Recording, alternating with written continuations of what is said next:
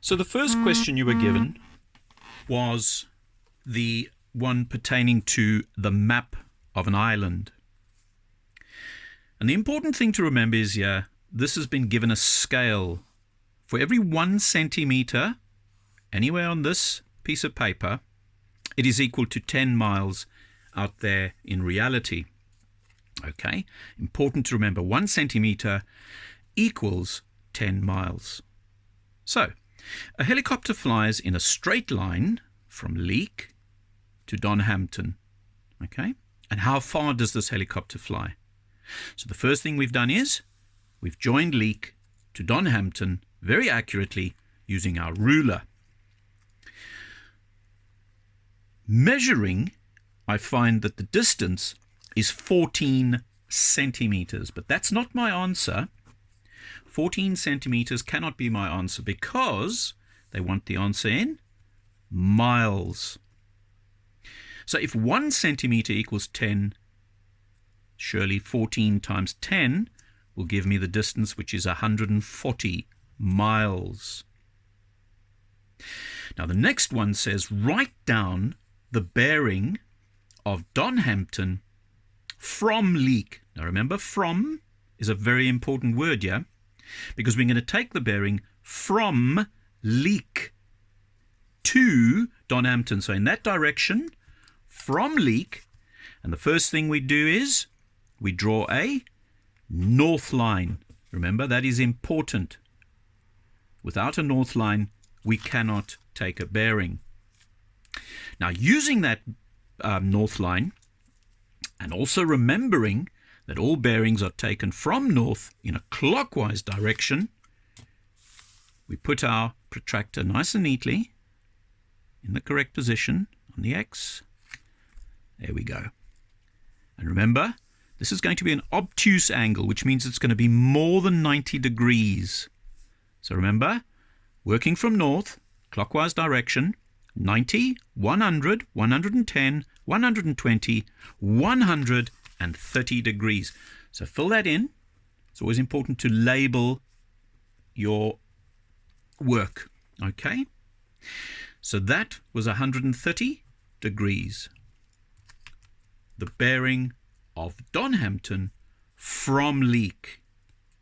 Good. Let's go to the next question. The next question says the diagram shows the position of two houses at A and another house at B. Measure the bearing of B from A. So we're going to do the measurement from here. They've already drawn the north line for us. So all that means is we're going to take our bearing from A. Okay. Put your protractor nice and neatly on there. And we note that this, is an acute angle. So it's going to be less than 90 degrees. All right. So 0, 10, 20, 30, 40, 50, 60, 70. And between 80 and 70, we have 75. So the bearing is 75. But of course, we must remember, what's the other important thing to remember when we're dealing with bearings is that it's always written in 3 figures. So anything less than 100 is going to be 0, and in this case, 075. 075 degrees. Now it says, another house C is on a bearing of 170 degrees from B. So somewhere here on this piece of paper, we're going to find C. Now let's work this out. B, this 170 degrees, is actually an obtuse angle. Obtuse, meaning less than 180. So if we extended this line, that would be 180. So we're going to find where C is from B by putting our protractor on B. Okay, remember what we said? It's an obtuse. It's going to be beyond 90, and it's 170 degrees. So there we go. 170 degrees from B. So let's extend that. It doesn't matter if we extend the line further than what we should. Doesn't matter. So it's a working line. The next thing tells us on the map, C is 5 centimeters from B. So 5 centimeters from B. There's B. What do you know? Exactly 5 where I made that dot. Okay, so label it C. Fill in 5 centimeters. Okay. Right. Is there any other question? Mark the position of C with a cross. Now, if they tell you to do it with an X or a cross, please do it. And label it C. So we've done that. We've labeled it. We've put the X. And that gives us our 2 marks. All right. What I could also fill in is, again, from north, the reading here was 170 degrees. So that is the answer for this question. Right, let's look at number 3. Now let's read this very carefully. The diagram shows the position of a boat and a dock. B for the boat, D for the dock. And they've drawn in north lines for us, so that's a little bit easier. The scale of the diagram, now this is very important. This is going to be important to remember. The scale of the diagram is 1 centimeter represents 2 kilometers. So for every 1 centimeter on this paper, it is 2 kilometers in reality. So work out the actual distance between the dock and the boat. Right, so let's just take our trusty ruler again. And it is 8 centimeters. We may as well fill that in. 8 centimeters. 8 centimeters. Aha, but they want it in kilometers, not centimeters. Go back to the diagram and the scale. 1 centimeter, every 1 centimeter is equal to 2 kilometers. So all we do is we multiply that by 2 and we get 16 kilometers. Now, I want you to remember, some of you are going to think, oh no, I've got this wrong. No, you haven't. Because depending how you did this and various prints might make this a little bit smaller or a little bit bigger, depending on how you printed it. Okay. So we're working directly off the sheet. If you'd printed this sheet, these would be the accurate measurements then. Right, so now the next one says, measure the bearing of the boat from the dock. Measure the bearing from the dock. There's the dock. Measurements are in a clockwise direction.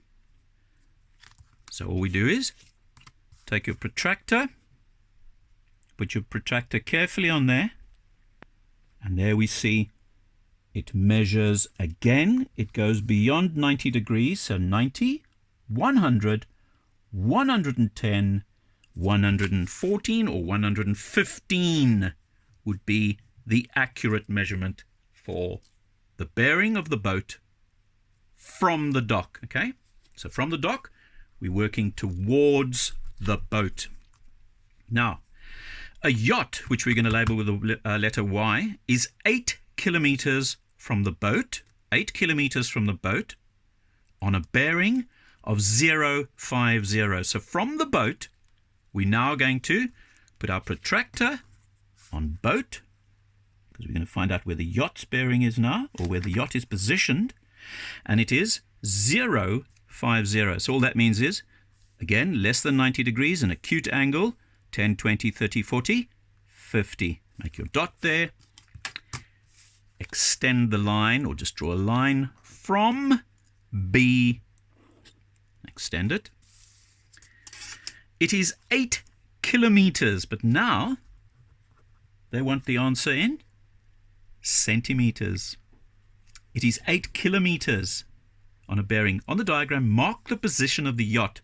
So in this instance, we divide by 2. Why? Because we go back to our scale. 1 centimeter represented 2 kilometers.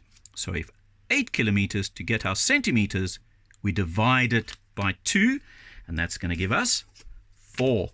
So let's fill in. I'll use a smaller ruler because it won't fit in on this. So there we go. 4 is accurately 1, 2, 3, 4. There we go. Put a dot. Mark it with an X as they request. And then fill in Y for where it is. We, of course, could fill in the 3 bigger bearing of 050, and also we could fill in 4 centimeters. So for this question, 2 marks, 1 mark, 2 marks, 5 marks for this question. Okay, let's move on. Let's move on to question 4. 2 Irish towns, Antrim and Ballyclare. The map below shows the position of 2 towns. Find the bearing of Ballyclare from, that word from again, from Antrim. So the first thing we do is, with our ruler, neatly join them. Okay. Very important, and as accurately as you can, you must draw in a north line. Why are we drawing in the north line? Because we are measuring the bearing from Antrim. And remember, we'll repeat this over and over, help you remember, bearings are taken from north in a clockwise direction. Again, we can see it is beyond 90, so it's going to be an obtuse angle. An obtuse angle. Let's put our protractor nice and neatly on there. Okay, and again, depending on your print, when you printed this or where you did it, we measure naught beyond 90, we go to 140, and between 150, it lies exactly 145 degrees, okay? So,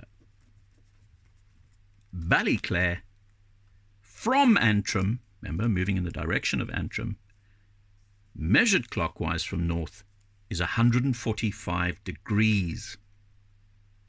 Now they say, find the bearing of Antrim from Ballyclare. That is known as a back bearing, because you're now taking a bearing back to Antrim. So in this instance, again, we're going to have to draw a north line, because now we're taking the bearing from Ballyclare. Okay, make it a nice big north line. You don't have to extend it all the way up there, but just a fair way up. And now remember, as you were taught, the bearing is taken from north in a clockwise direction. Okay, so let's do that. Let's fill it in. In a clockwise direction, we're going to measure this bearing. Okay. There's another way we can do this, but first let me show you this way. Right, we all know that if we have a straight line, and if I extend this, and I'm doing this, if it is the case that you only have a 180 degree protractor, then all you do is you extend this line, and what do we know? We know that this is 180 degrees. Okay, that is 180 degrees. Now all we do is we measure this angle.